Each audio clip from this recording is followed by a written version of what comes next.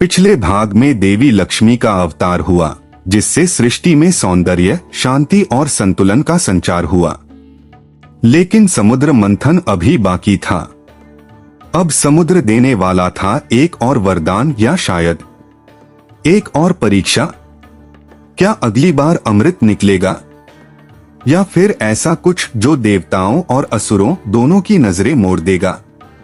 आइए बढ़ते हैं समुद्र मंथन की अगली रहस्यमयी परत की ओर। समुद्र मंथन अब अपने अंतिम पड़ाव पर था। हलाहल के बाद लक्ष्मी आई।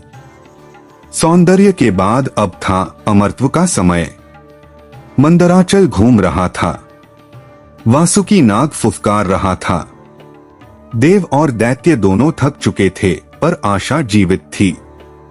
और फिर समुद्र ने एक आखिरी लहर उठाई। सोने से चमकता कलश दिखाई दिया। उसमें था अमृत, जीवन की मृत्यु से रक्षा करने वाला अमृत।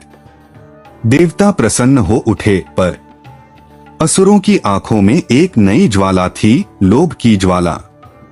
ये अमृत हमारा है, असुरों ने घोषणा कर दी।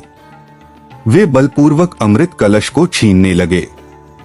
एक पल में जो मंथन साथ हुआ था, अब वह रणभूमि बन गया। देवता असहाय थे। वे मर्यादा में बंधे थे और असुर छल से मुक्त।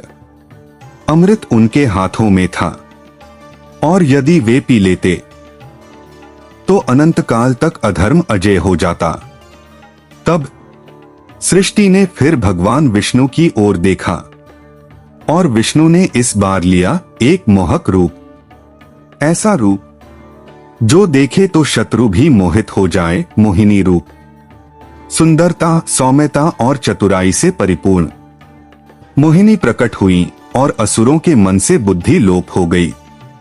उन्होंने स्वयं अमृत कलश मोहिनी को सौंप दिया, यह सोचकर कि वह निष्पक्षता से बांटेंगी।